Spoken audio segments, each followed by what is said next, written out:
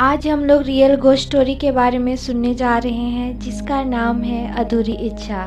तो hello guys, मेरा नाम है मृदुला और मिस्टीरियस हब में आपका स्वागत है।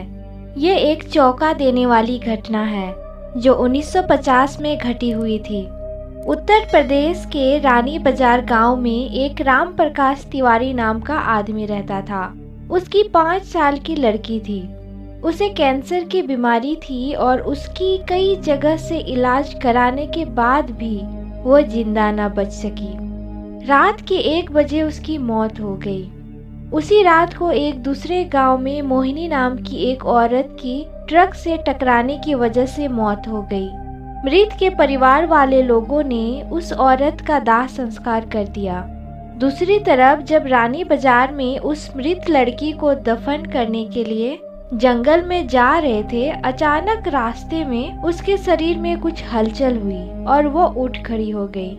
लोग यह देखकर डर गए, लेकिन बाद में उस लड़की को जिंदा देखकर उसके परिवार वाले लोग बहुत खुश हो गए।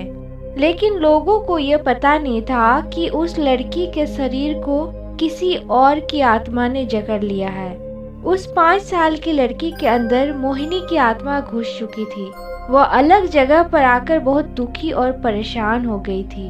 उसका खाना खाने में भी मन नहीं लगता था, लेकिन उसकी माँ उसे अपने हाथों से खाना खिला देती थी। एक दिन वह लड़की अपनी माँ के साथ उसके मामा जी के घर जा रही थी और रास्ते में अचानक वह जगह आई जहाँ मोहिनी की ट्रक से मौत हो गई थी। उस बच्ची ने अपनी माँ को इशारा करके बताया कि यह रास्ता उसके गांव की तरफ जाता है।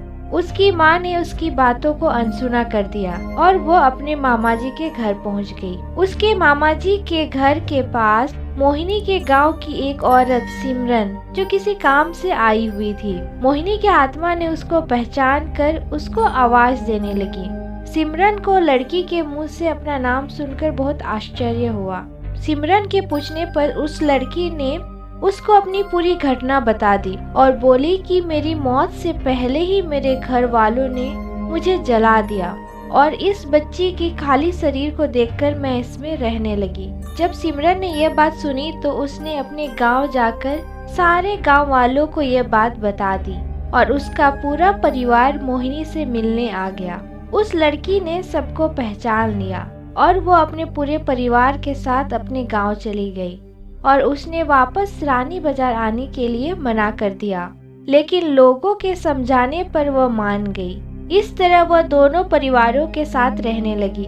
इस कहानी से पता चलता है कि कभी किसी की अधूरी इच्छा पूरी ना हुई हो तो वो उसकी आत्मा किसी और के शरीर में जा सकती है और अपनी इच्छा पूरी कर सकती है। तो गाइस, आपको ये स्टोरी कैसे लगी? अगर अच्छी लगी हो तो प्लीज सब्सक्राइब करें, लाइक करें, शेयर करें और ऐसे और भी स्टोरी सुनने के लिए बेल आइकन को प्रेस करें। तब तक के लिए बाय।